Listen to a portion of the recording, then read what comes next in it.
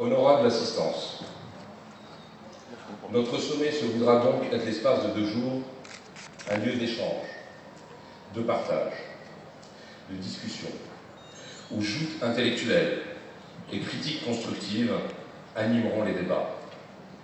Pour cela, la dimension maghrébine nous apportera cette diversité nécessaire, car la santé maghrébine n'est pas un mythe, mais bien une réalité.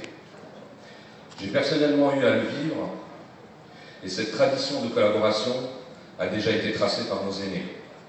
Nous allons donc nous y inscrire avec enthousiasme et fierté. Notre sommet vise l'excellence en matière de santé. Nous souhaitons être à la hauteur des défis qui s'annoncent, reproduire et adapter les succès, s'enrichir des expériences réussies. Pour cela, le choix s'est naturellement porté sur 2 pathologies qui aujourd'hui semblent atteindre des proportions inquiétantes: le diabète et le cancer. C'est bien pour cela que notre programmation prévoit de donner un espace d'expression aux malades à travers une session dédiée aux sociétés professionnelles et civiles.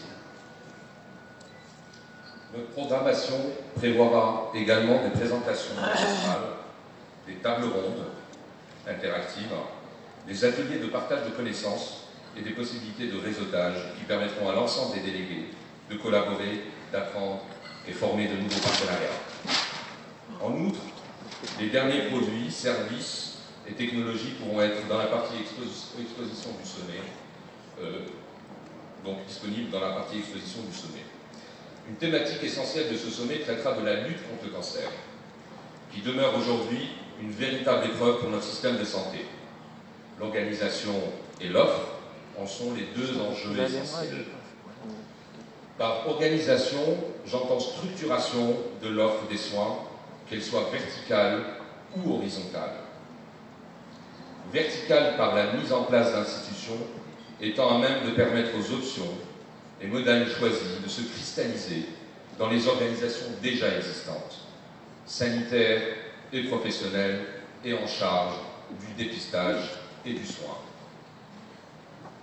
Horizontale par la nécessité d'une action multidisciplinaire et collégiale.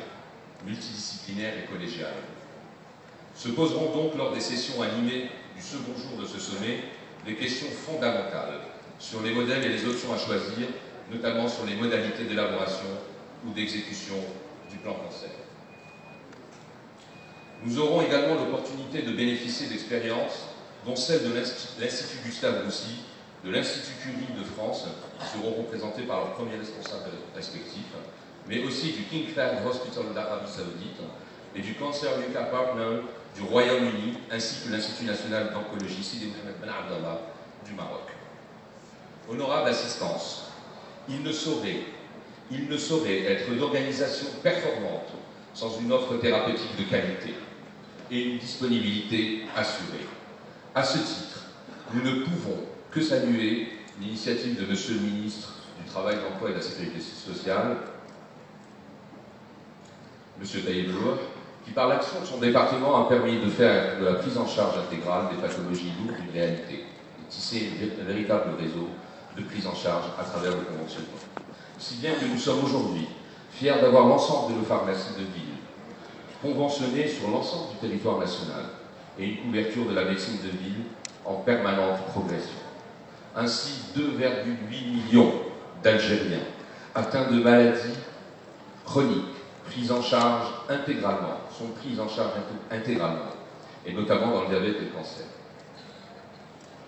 Et saluer celle de Monsieur le ministre de l'Industrie également, en matière de disponibilité, en matière aussi d'industrie, Dr Cheikh Rahmani, qui, dès sa prise de fonction, s'est attelé à encourager l'émergence d'une industrie locale sur des produits technologiques, dont les anticancéreux.